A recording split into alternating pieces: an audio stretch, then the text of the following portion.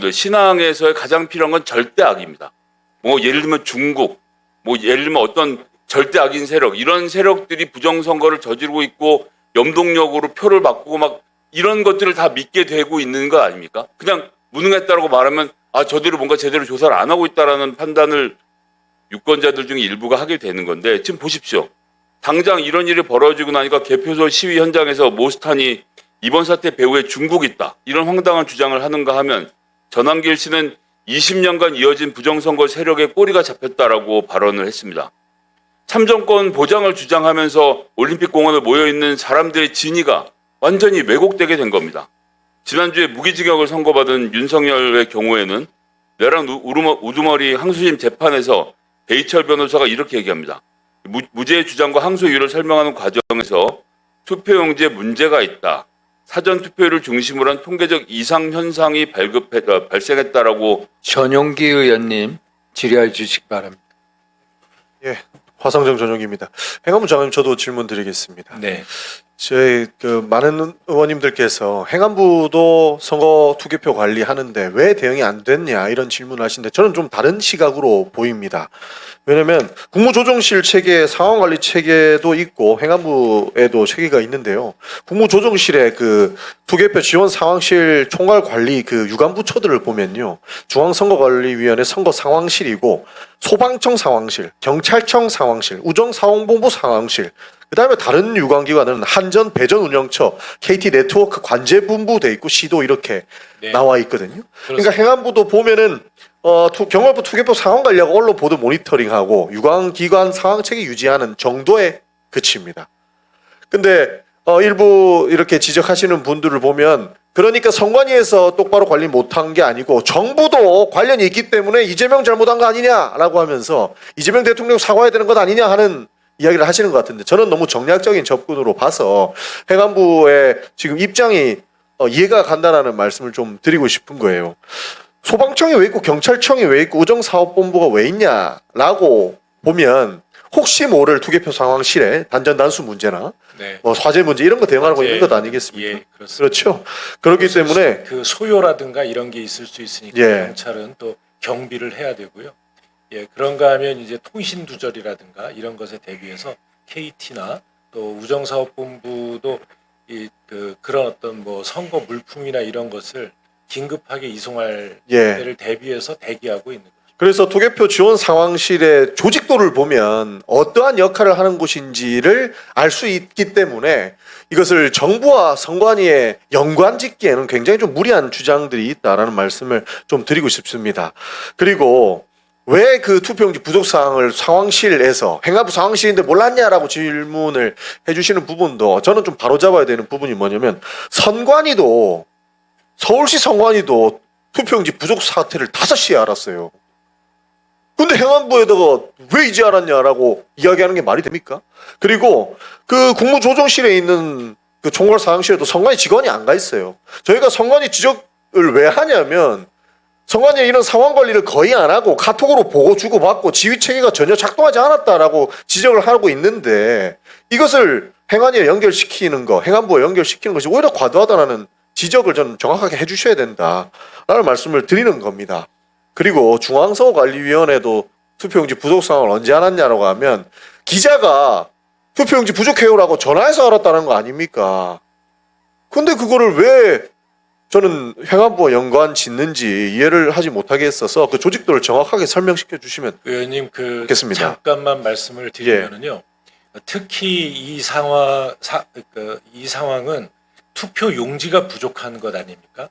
투표 용지를 보충해주고 이송해주고 하는 일에 행안부가 만약에 나서서 영향을 미쳤다라고 하면 자칫 부정선거에 의도가 있었던 건 아니냐라는 의심을 받기에 딱 좋은 일이 될 수 있습니다. 그러니까 투표 중에 행안부가 개입을 했다라고 하는 내용이 나왔다면, 투표용지에 행안부가 어떻게 손을 댑니까? 그거 나오면 행안부가 왜 투표 개입하냐고 난리 났을 겁니다. 그렇습니다. 그렇기 때문에 오히려 하신 말씀이 저는 문제가 있다고 생각합니다. 정부는 당연히 선거관리에 개입하면 안 되죠. 그래서 선거관리위원회 만들어 놓은 건데, 지금 그 체계가 잘못돼서 우리가 개헌이라도 해서 바로잡아야 된다라고 말씀드리는 거 아니겠습니까? 아이고 그 성관이 얘기만 해도 바쁜데요. 그 관련해 짚고 넘어가야 돼서 말씀드렸고요. 경찰청장님께 질문 하나 드리겠습니다. 네. 좀 전에 존경하는 그 의원님들께서 말씀을 주셨는데 서울청에 국회의원들이 방문할 때 그 뭐 폭행 사건이 있었다라고 보도도 나오지 않았습니까? 그때 내용들 하나만 짚고 넘어가면 어떠한 경우라도 일단 폭행 시비는 있어서는 안 된다고 생각을 하는 것이고 의원의 지적에 반박을 하는 건 아닙니다만 팩트는 좀 정확하게 짚고 넘어갔으면 좋겠다는 취지에서 질문을 드립니다. 원래 서울청에 국회의원들이 방문할 때는 수사 정보, 경력 운용, 기밀 유출 때문에 그리고 진솔한 면담 등을 이유로 비공개를 원칙으로 해왔죠. 네, 그동안 그렇게 해왔습니다. 그때도 그렇게 똑같은 잣대를 댔습니까? 그러한 것을 이제 요청을 했는데 그게 협의가 잘 안 돼서 근데 아까 전에 그 TV조선 나온 영상 보니까 보좌진들이 찍고 있던데요. 경찰청 안을 원래 그 청사 안에 그렇게 찍어도 되는 거예요? 결국 그날은 공개 면담을 하게 되었습니다. 하게 된 거죠. 그러니까 그분이 마치 폭행을 일방적으로 한 것처럼 주장하기를 바로잡기 위해서 말씀을 드리는 건데 그분 직책이 경비부장입니다. 뭐 방문 면담 때 복귀로 해달라고 하는 부분 현장 촬영 시도하는 것을 경비부장으로서 막아야 된다라고 이야기한 부분에 대해서 이야기하다가 지금 이런 식의 말인 겁니다. 예, 촬영 문제로 문제가 생긴 걸로 알고 있습니다. 경비부장이 지금 이 시비에 걸렸다는 거죠? 청사 경비 하나다. 청사 경비가 아니고요. 경비부장의 얼굴을 근접 촬영을 하는 것을 제지하는 과정에서 그런 문제가 생긴 걸로 알고 있습니다. 속에 이상한 문제 안 나오게 엄정하게 수사해서 결과 발표. 네, 엄정하게 수사하리라고 생각합니다. 우리 청장님, 공무원, 경찰 공무원은 국민 전체의 봉사자 아닙니까? 맞습니다. 일단 저 동영상 화면을 보면은 과도한 공권력 이 행사로 보이거든요. 그렇게 안 보이십니까? 이유를 막론하고 예. 서울경찰청을 방문하는 그 과정에서 불미스러운 일이 생긴 것에 대해서는 유감스럽게 생각합니다. 이게 저 경비부장의 행위가 우리 청장님의 패가 망신, 일종의 이 겁박성, 조폭 같은 겁박성 발언하고 연관이 있지 않습니까? 겁박성 발언이라는 것에 대해서 저는 동의할 예. 수 없고요. 예. 제가 아까 말씀드렸다시피 그러한 그 발언을 한 거는 선량한 시민들이 잘못 분위기에 휩쓸려서 형사처벌을 받는 그런 사태가 생기지 않기를 바라는 의미에서 주의를 촉구한 것이었지 겁박성 발언이 아니었고 그것과 지금 이 경비부장의 문제는 별개의 문제라고 저는 생각합니다. 이 대통령께서 유럽 순방 중에 엄정 대처하라 이 메시지를 가지고 좀 더 강경하게 나온 건 아닙니까? 그렇지 않습니다. 헌법과 법률에 충성하시죠, 그렇습니다. 청장님. 민중의 지파 맞습니까? 맞습니다. 알겠습니다. 다음 김성회 의원님 질의해 주시기 바랍니다. 네, 경기도 고양시 김선혜입니다. 조금 전에도 말씀드렸지만 이 각 지방선거관리위원회를 실질적으로 관리하는 상임선관위원 연봉 1억 3천 평균 받고 있는데요. 이 상임위원들로 승진되면 2년 동안 임기를 보장받고 나가는 식으로 계속 로테이션을 한 거죠. 그러니까 개혁도 당연히 되지 않고 1급에 올라가겠다는 경쟁도 별로 없는 겁니다. 한 40명 남짓한 2, 3급들이 한 명씩 돌아가면서 차분히 올라가면 되니까 조직에 순응하고 조직의 문제점을 지적하지 않고 그냥 2년 잘 자기 자리 유지하고 1급으로 퇴직하면 영전하는 거 아닙니까? 그러니까 모든 선관위원들 3급이 된 선관위원들에게 1급이 사실상 보장되는 이런 식의 로테이션을 만들어 놓으니 조직이 무능해질 수밖에 없는 거죠. 외부의 어떤 새로운 시각이나 판사나 검사, 변호사, 교수들이 들어올 수 있는 구조를 만들어 놓고 아무도 실제로 못 들어가게 딱 막아놓고 봉쇄해 놓고 자기들끼리 왕국을 만들어 왔던 겁니다. 사실 이번 사건이 어떤 극악한 그 절대악이 있어서 이 절대악이 선관위의 일부를 매수해서 뭔가 조작해서 부정선거를 저질렀다고 하면 그 절대악을 우리가 찾아내고 그 절대악을 제거하고 나면 선관위가 깨끗하게 치유가 되겠는데 그런 문제가 아니라 전반적으로 아니라고 무능한 조직 자체가 문제라서 전 더 큰 문제가 아닌가 생각을 하는데요. 그렇게 해서 지금 이 무능한 행정의 극치를 바로 이 투표용지 부족 사태로 보여줬다라고 생각합니다. 인지도 제대로 못하고 이를 대비하는 매뉴얼도 없고 선거 당일 투표용지 인쇄 매수를 50%로 하향하는 중대 결정을 사무총장 전결로 처리해버리고 선관위원장과 선관위원들 이번 국정조사를 통해 확인했습니다만 수수방관하고 그냥 모른 척하고 잘 모르고 있었고 이런 단순한 조직의 무능과 해프닝으로 인한 실수를 치부하기에는 이 후과가 너무 큰 겁니다. 국민의 참정권이 훼손되었고요. 민주주의를 떠받치고 있는 투표 절차에 대한 신뢰가 무너져버린 것. 이건 국가 근간이 무너지는 일인 거거든요. 그냥 안일과 무능이었다라고 말하기 어려운 상황이 되니까 저희는 국정조사까지 지금 하고 있다고 생각합니다. 선관위가 부정 채용 사태, 소크리 투표 등 안일한 행정 등으로 보여줬던 부패와 방만의 과거까지 더해지면서 문제는 이걸 가지고 이 무능과 안일함을 나라를 좀먹는 부정선거 음모론 세력들이 써먹고 있다는 겁니다. 부정선거 신앙촌이 쓰고 있다는 것이 큰 문제라는 건데요. 이 소위 말하는 이런 종류의 사이비 종교들 신앙에서의 가장 필요한 건 절대 악입니다. 뭐 예를 들면 중국, 뭐 예를 들면 어떤 절대 악인 세력 이런 세력들이 부정선거를 저지르고 있고 염동력으로 표를 바꾸고 막 이런 것들을 다 믿게 되고 있는 거 아닙니까? 그냥 무능했다라고 말하면 아 저대로 뭔가 제대로 조사를 안 하고 있다라는 판단을 유권자들 중에 일부가 하게 되는 건데 지금 보십시오. 당장 이런 일이 벌어지고 나니까 개표소 시위 현장에서 모스탄이 이번 사태 배후에 중국이 있다. 이런 황당한 주장을 하는가 하면 전한길 씨는 20년간 이어진 부정선거 세력의 꼬리가 잡혔다라고 발언을 했습니다. 참정권 보장을 주장하면서 올림픽공원에 모여있는 사람들의 진위가 완전히 왜곡되게 된 겁니다. 지난주에 무기징역을 선고받은 윤석열의 경우에는 내란 우두머리 항소심 재판에서 배이철 변호사가 이렇게 얘기합니다. 무죄의 주장과 항소 이유를 설명하는 과정에서 투표용지에 문제가 있다. 사전투표율을 중심으로 한 통계적 이상 현상이 발생했다라고 언급까지 했습니다. 선관위의 방만하고 나태한 운영이 대한민국의 부정선거론자들과 내란 세력들에게 국민들을 혼란시키고 선동할 수 있는 그런 수단을 제공했던 게 정말 전 참담한 심정을 금할 수가 없는데요. 우리 미철한 선관위 권한대행께서 국민적 신뢰를 회복하려면 음모론자들을 탓하기 전에 선관위가 뼈를 깎는 반성을 먼저 해야 된다라고 생각합니다. 오늘 국정조사에서 많은 위원들께서 정말 많은 문제 제기를 해주셨는데요. 선관위의 부패와 무능을 철저히 복귀하고 이에 대한 개선안을 마련해 주시기 바랍니다. 다시 말씀드리지만 우리가 어떤 절대악을 상정해 놓고 이 절대악이 20년 동안 대한민국 선거를 부정으로 저질렀다면 우리가 어떻게 여야가 계속 민주적으로 평화적으로 교체되어 가면서 정권을 유지를 했겠습니까?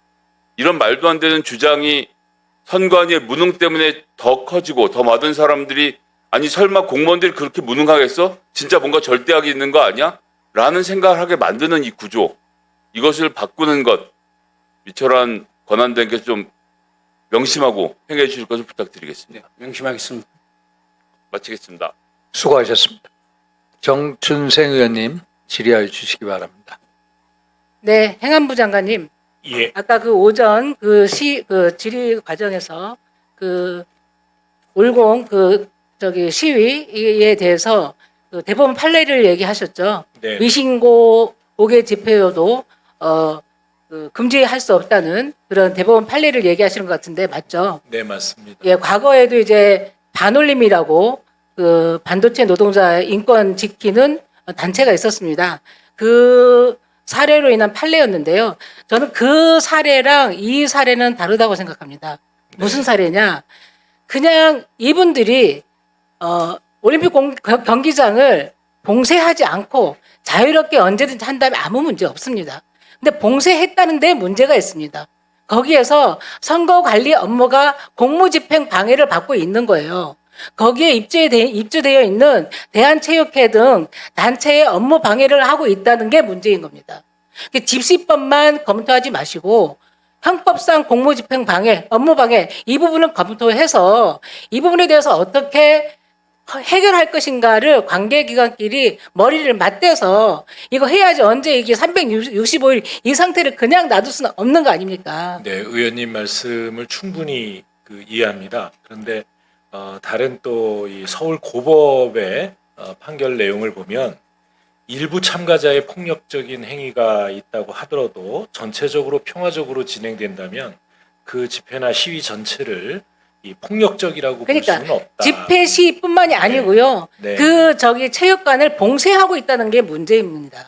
네, 그리고 그것을 보면 아까 양분남 의원님도 질의했듯이 네네. 공무집행 방해될 수 있고 업무 방해될 수 있기 때문에 현행범으로도 이게 조치가 가능하다. 저도 그렇게 바로 보이거든요. 그 대목입니다. 네. 그래서 그 개별적인 그 불법 행위에 대해서는 네. 아주 준엄하게 네. 이 다뤄 나가야 된다 이렇게 생각하고 적극적인 대처 그렇게, 부탁드리고요. 예, 대처하도록 예, 하겠습니다. 송파구 선관위 사무국장님 시간 잠깐 멈춰 주시고요.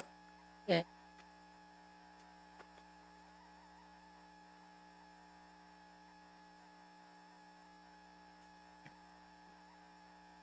이왕이면 이쪽에 좀 예. 죄송합니다. 예. 예, 국장님. 예.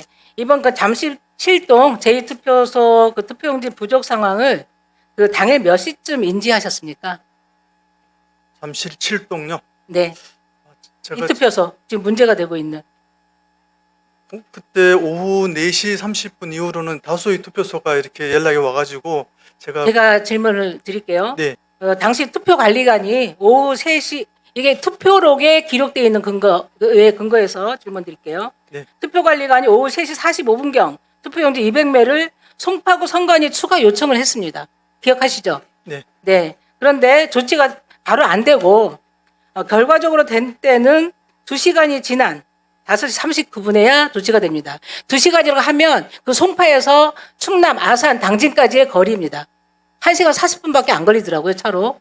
그런 기간 동안에 아무런 조치가 안 돼 있다가 2시간 이후에야 이렇게 그 용지가 발급이 되거든요. 그 이유가 뭐였습니까?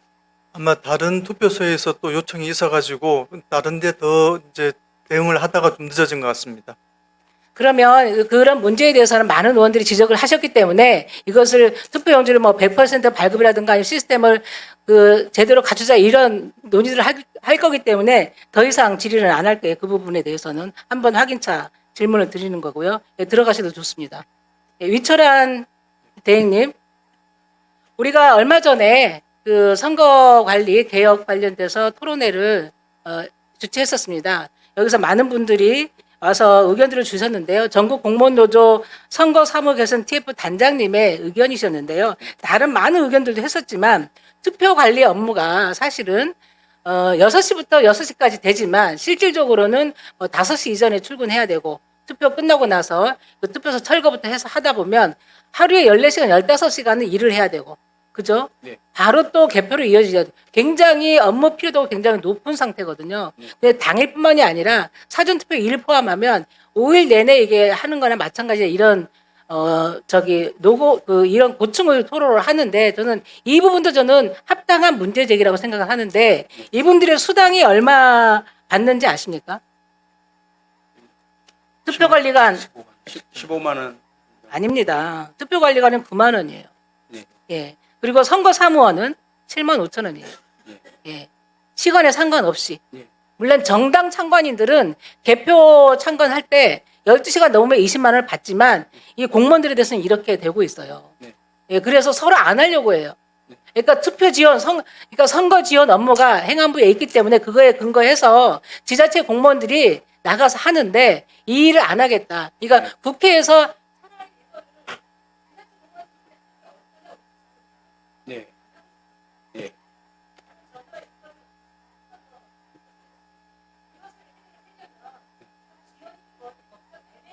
예.